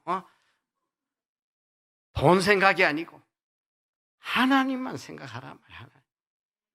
돈 몇 푼만 있어도 어떻게 하면 이걸로 하나님을 기쁘시게 할까? 어떻게 하면 좀 가난한 이웃을 내가 도울까? 이 구제는요, 돈이 있다고 하는 게 아니에요. 여러분 잘 알아야 돼. 저는 이 성경 말씀 중에 제일 이 큰 힘을 얻는 게 뭐냐면 하나님의 공의의 법칙. 고린도후서 9장 6절에 보면 심는 법칙, 심는 법칙. 곧 적게 심는 자는 적게 거두고 많이 심는 자는 많이 거둔다는 거예요. 심은 대로 거두는 하나님의 공의의 법칙. 세상에는 아무리 심어도 못 거둬요. 10억 투자해서 쫄딱 망하고 100억 투자해 쫄딱 망한 사람 많아. 그러나 하나님의 뜻에 따라서 선을 위해서 뿌린 물질은 반드시 100배, 1000배, 만배, 억만배 하나님이 거두게 하신다. 반드시 거두게 해요. 그러니까 자꾸 환경이 어떠니, 왜 나는 이래 가난한 부모를 만났니, 원망들 하지 말란 말이야. 지금이라도 내가 하나님의 뜻대로 심으면 반드시 거두는 거야. 반드시. 이게 심는다는 게 무슨 물질의 양을 이야기하는 게 아니야. 나의 정성을 이야기해. 얼마나 내 정성을 다해 심느냐. 부자의 많은 돈보다 과부의 동전 두 입을 가장 기뻐하셨어. 그런데 이 과부의 동전 두 입은 구차한 중에 가진 바 전부, 생활비 전부를 바쳤다. 이런 마음으로 하나님께 바치고 심으면 이것이 100배, 1000배. 저는 지금까지 수십 년 동안 하나님의 이 기적의 역사가 끊이지 않았어요. 오늘 여기 뉴질랜드에서 오신 우리 장로님도 한 분 계신데 제가 거짓말 하나도 안 하는 거예요. 저분들이 다 보셨을 거야. 지난 20년 동안 어떤 기적의 연속이 있었는지. 어느 뉴질랜드 목사님이 저한테 와서 그래. 본인은 일평생 이런 기적의 간증을 많이 봐왔는데 모든 간증이 다 일회성으로 끝나더라. 일회성. 그런데 우리는 지난 20년이 넘도록 끝없이 지금도 일어나는 이 기적을 보면서 너무 놀랐다는 거예요. 하나님 살아계시잖아요. 지금도 하나님 뜻대로 살아보세요. 어떤 열매가 일어나는지. 여러분 구제는 생활화해야 돼요. 여기 보니까 내 시간이 없다 보니까 지금 제대로 하지를 못하는데, 자, 여기 보면 이 신명기 15장 10절에 보면 이런 말씀이 있어. 너는 반드시 그에게 줄 것이요, 줄 때는 아끼는 마음을 품지 말 것이니 이로 말미암아 내 하나님 여호와께서 내가 하는 모든 일과 내 손이 닿는 모든 일에 내게 복을 주시리라. 내가 하는 모든 일에 다 복 주신다는 거예요. 구제하면 땅에는 언제든지 가난한 자가 거치지 아니하겠으므로 내가 내게 명령하여 이르노니 너는 반드시 내 땅에 내 형제 중 곤란한 자와 궁핍한 자에게 내 손을 펼지니라. 구제는 해도 되고 안 해도 되는 그런 게 아니에요. 반드시 하라는 거야. 반드시. 이게 너희 자손 대대로 복받는 길이라는 거야. 하나님의 약속의 말씀이에요. 그리고 수많은 곳에서 이 구제에 대한 복을 말씀하고 있어요. 잠언 11장 24절 헛터 구제하여도 더욱 부하게 된다. 구제하면 할수록 부하게 돼. 더욱 부하게 됩니다. 그리고 과도히 아껴도 가난하게 될 뿐이다. 구제를 좋아하는 자는 풍족하여질 것이요 남을 윤택하게 하는 자는 자기도 윤택하여지리라. 여러분, 구제하는 길이 여러분이 물질에서 자유하는 길이에요. 왜 구제하라고 하시겠어? 우리에게 복 주시려고 그러시고, 우리의 복, 우리의 그릇을 보기 위해서 하나님이 하시는 말씀이에요. 제가 이제 빨리 두 가지 간증만 하고 여러분들 오늘 내가 끝을 맺으려고 하는데, 여러분, 첫째, 이 구제는 여러분 있다고 하는 게 아니에요. 제일 악한 사람이 누구냐면, 아유, 나도 형편되면 그때 가서 구제 많이 하겠다, 이런 사람은 죽을 때까지 형편이 안 돼. 이 하나님이 우리에게 큰 걸 요구하시잖아요. 소자에게 냉수 한 그릇만 주어도 결단코 상을 잊지 않을 것이다. 냉수 한 그릇이 뭔 가치가 있어. 그러나 이 냉수 한 그릇 같은 하찮은 것이 없어 죽어가는 이웃이 있다는 걸 알아야 돼요. 그리고 구제는 형편대선 하려면 죽어도 못한단 말이야. 구제하려면 첫째로 내가 절제해야 돼요.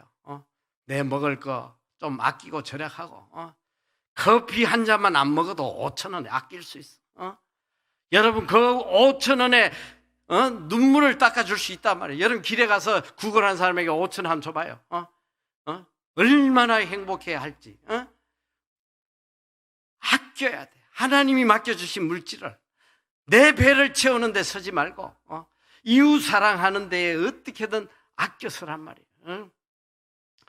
제가 지금은 뭐 조금 시기가 지났는데, 한때 교회를 갔더니 이 뭐 똥가방이라고 뭐 그냥 전 교인이 다 들고 다녀. 무슨 똥인지 어쨌든 똥으로 끝나는데, 어쨌든 똥가방인데, 제가 어느 교회 가가지고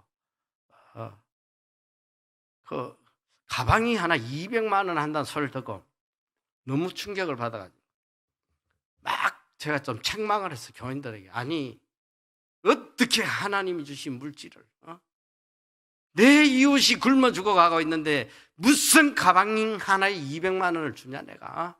5만 원만 주면 그냥 튼튼한 짝퉁 깔렸구만 내가. 그랬더니 그날 마침 우리 아들이 뒷자리에 앉았는데 어떤 할주머니가 하나 앉아가지고 쭝얼거리더라는 거예요. 이 할주머니가 뭐냐면 할머니하고 아주머니 중간인데, 이 할주머니가 쭝얼쭝얼 하면서 이랬다는 거야. 아유, 저 목사님 세상 물정 모르네. 무슨 가방이 여기서 200만 원짜리가 어디 있다고 이랬다는 거야. 그래서 제가 바로 그 다음날 우리 동네에 그 AK 플라자라고 똥가방 매장이 있더라고. 제가 가서 확인을 해봤어. 그 200만짜리 가방 하나 좀 보여달라고 했더니 저 어머니 그래요. 아유, 200짜리가 어디 있어요. 그런 거 없어요. 그러더니 신상 하나 보실래요? 그러더니 얼만데? 그랬더니 700만 원이라는 거야. 가방 하나가, 똥가방이. 아니, 내가 200짜리 있다는데 했더니 하는 말이, 그거는요 몇 년 지난 거, 창고 대세일 할 때 한 번씩 뭐 그렇게 파는 게 있으니까 그때 와보세요 이러더라고. 여러분, 하나님이 이웃 사랑하라고 맡겨주신 물질이에요. 그리고 교회마다 가면 막 여기는 뭐 그런 분들 안 계시지만 저 강남 이런 데 막 명품 그냥 옷 하나에 막 수십만 원, 수백만 원 막 교회 뭐 옷 자랑하고 제가 가서 그래요. 아니 얼굴은 다 골동품이 무슨 명품 입는다고 그게 무슨 명품이 되나 내가 하나님 걸 이스라엘 민족이 망할 때에 하나님께서 나에게 돌아오라 할 때 하나님 하시니 너희들이 내 것을 도적질했다는 거야. 도적질. 왜 이웃 사랑하라고 맡겨준 물질 도적질하고 네 배를 채우냐 이 소리요. 정신 똑바로 차려야 돼. 왜 하나님 물질을 안 주겠어? 사랑하는 자녀들에게. 세상 부모도 사랑하는 자녀 달라면 다 주는데 어떻게 하나님이 독생자까지 주신 하나님이 물질 그 뭐가 대단하다고 물질을 안 주시겠냔 말이에요. 하나님의 뜻대로 한번 사용해봐요. 안 주시나? 물질 주니까 다 그냥 닦아 먹고 자기 배나 채우고 도둑질하니까 안 주시잖아. 정말 물질에 대한 두려움이 있어요. 어떻게 사용하는 것이 하나님을 기쁘시게 하나? 그게 심는 거라니까. 심는 거. 심으면 반드시 거두게 해주시네. 반드시 거두게 해주시네. 제가 이 집회 다니면 정말 충격받는 게 그거예요. 이렇게까지 구제 설교하고 저 책, 저는 정말 여러분이 저 책을 읽으면 좋겠어요. 꼭 읽히고 싶어. 제가 그래서 어떤 게 가면 돈 없으면 그냥 가져가라. 여기도 마찬가지. 없으면 그냥 가져가고 나중에 형편되면 보내주면 돼. 그런데 안 사요. 돈 많은 도 안 쓰는 사람들이 너무 많은 거야. 전 너무 충격받았어. 이게 오늘 우리 교인들의 현실이구나. 정말 충격이야. 자, 그리고 이제 빨리 또 간증을 하는데 여러분 자녀 교육에 대해서 지금 한국이요 제일 큰 문제가 예수를 믿으나 안 믿으나 자녀를 다 미치게 만들어 지금 정신병자 만들어.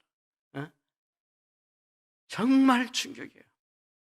하나님을 믿으면서 하나님의 법대로 자녀를 키우는 게 아니라 세상의 원리대로 어떻게든 인류대학 들어가야 되고 어떻게든 좋은 직장 가져야 돼. 자식을 다 부모가 죽이고 있다 이 소리야. 머리도 별로 좋지도 않은 애 낳아놓고 계속 인류대학 들어가라고 그냥 학원에 집어넣어가지고 애가 다 돌아버려. 지금 뭐 청소년 정신병자가 얼마나 많은지 몰랐지. 충격이에요. 충격. 여러분, 그 자식이 서울대학 들어간들 그 자식이 훌륭하게 된다는 보장이 있어요?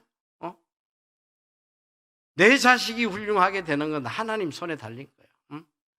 시편 75편 6절에 보면 대저 높이는 일이 동에서나 서에서 말미암지 아니하고 남에서도 말미암지 아니하고 오직 재판장이신 하나님이 이를 낮추고 저를 높이시는, 하나님이 높여주시는 하나님. 서울대학 들어가서 1년에 30명이 지금 자살하고 있어. 정신 차려야 돼요. 공부 못해도 괜찮아. 대학을 안 나와도 괜찮아요.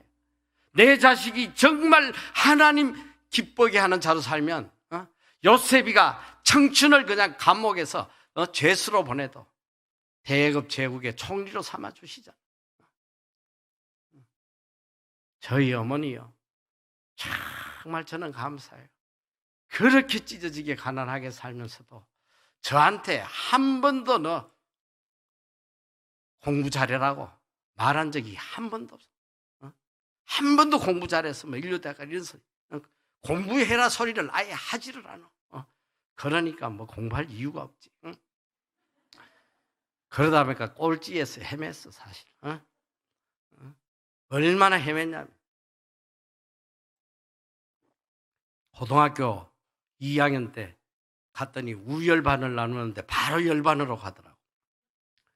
그래서 저는 원래 이 전형적인 문과다 보니까 이 어쨌든 부호하고 숫자가 나오면 도대체 어지러워.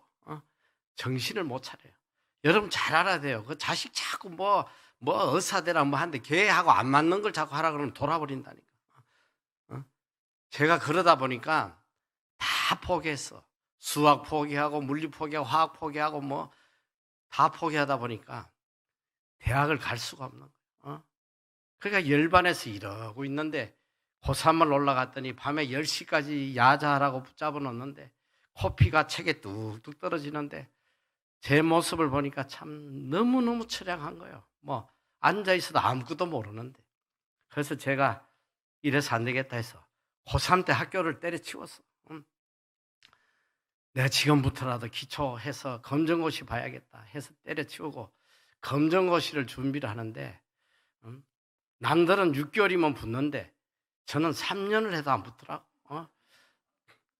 20살이 되기 전에 제가 얼마나 그때 고생을 하고 얼굴이 파삭 늙었냐면 제가 나가면 전부 다 저를 40살 이상 봐요. 우리 형이 저보다 13살이 많은데 우리 형 친구들이 우리 집에 와서 저 보면요 90도로 인사해. 아, 큰 형님 계셨냐고.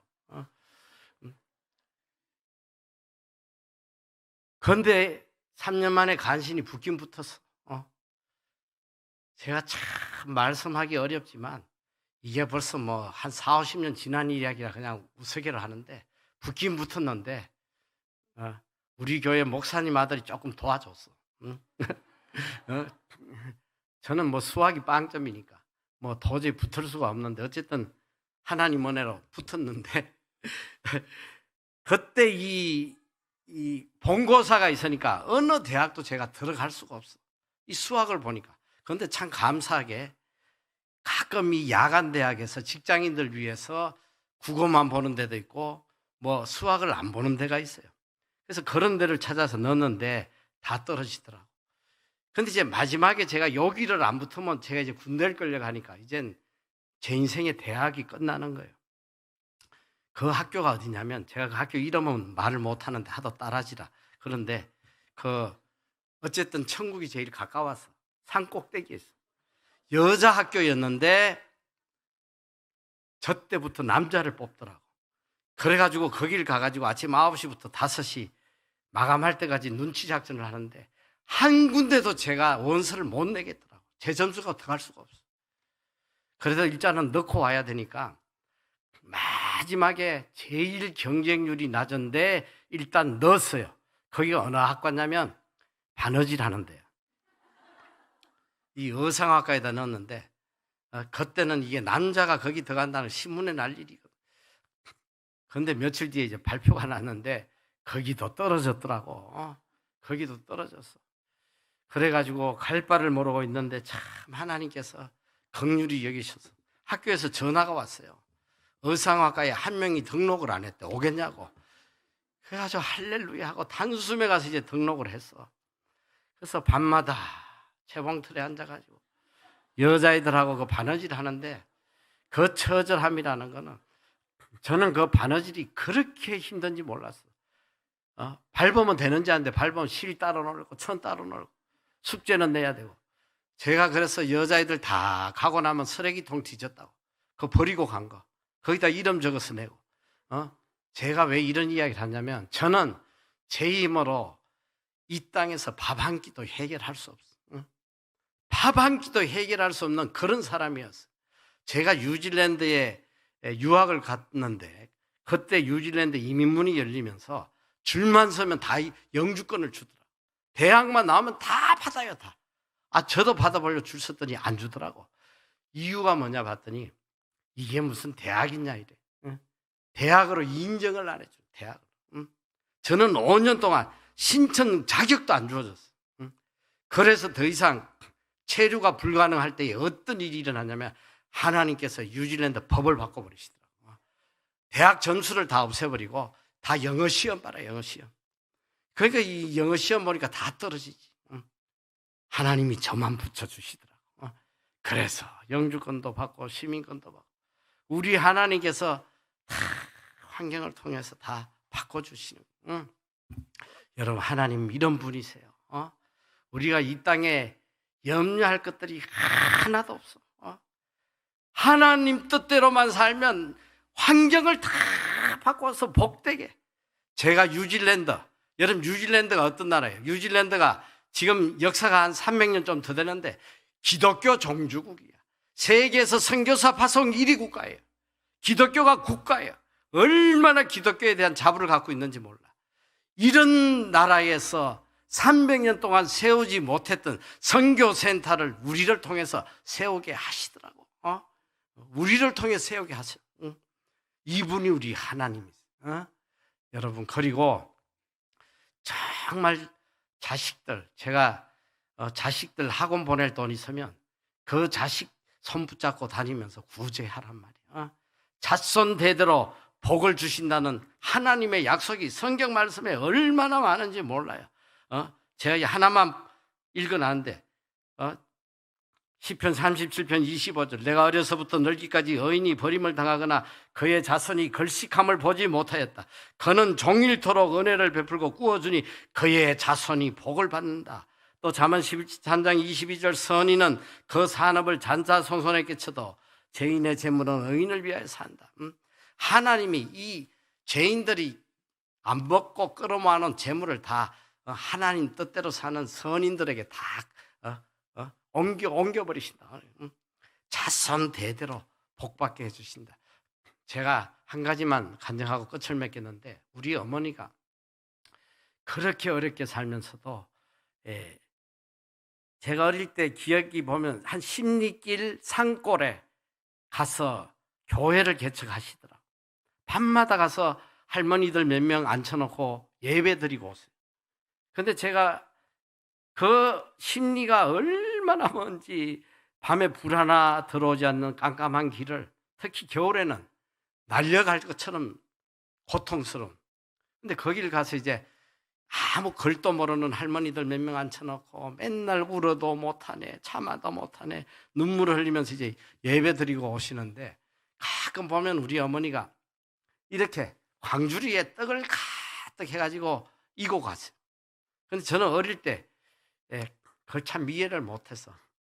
우리는 떡을 안 해주면서 맨날 그 노인들 나눠주고 하는 게 전 이해를 못했다고. 그런데 제가 우리 어머니가 돌아가시고 오랜 뒤에 어느 울산에서 큰 교회에서 한번 초청을 해서 집회를 갔는데, 그 교회가 어떤 교회였냐면 그 사모님이 우리 어머니가 전도했던 산골 마을의 처녀야, 처녀. 그리고 남편 목사님이 누구냐면 우리 어머니가 가끔 신학교 학생, 신학생이었던 그 전도사를 데리고 가서 말씀 좀 전하라고 같이 데려갔는데, 이제 이 눈이 맞아가지고 결혼을 해서 아주 목회를 잘하고 계시더라고요. 이제 집회를 하러 갔다가 제가 우리 어머니에 대해서 알지 못하는 이야기를 들었는데, 그 사모님 그런 이야기를 해요. 주일날 때는 어떻게든 그 산골의 청년들을 본교에 예배를 드리게 하려고 데려갔대요. 그 예배를 마치고 나면 이제 저녁 시간이, 점심 시간이 되니까 그 십리길을 걸어가야 되고 가도 먹을 것도 없는 걸 아니까 항상 점심을 해서 먹여서 보냈는데, 점심을 이렇게 먹다 보면 이제 냄새가 이렇게 나가니까 우리 그 형제들이, 조그만 것들이 밖에서 놀다가 냄새 나니까 들어오면 우리 어머니가 호통을 쳐서 쫓아냈다는 거야. 가까이 못 오게 막 저를 나가라고 막.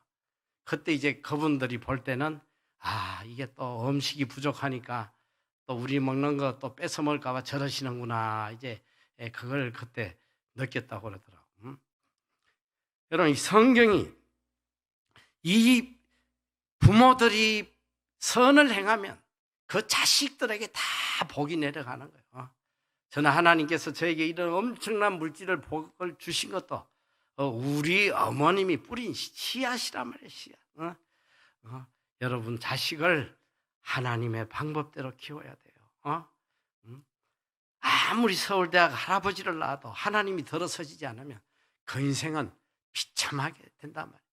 아무것도 배우지 못해도, 저같이 이렇게 무능력하고 아무짝에 쓸모없는 사람도 이렇게 하나님이 귀하게 또 사용해 주시잖아요. 그래서 우리 그리스도인들은 누구에게나 소망이 있단 말이에요. 가난해도 괜찮고 배운 것이 없어도 괜찮고 능력이 없어도 괜찮아요.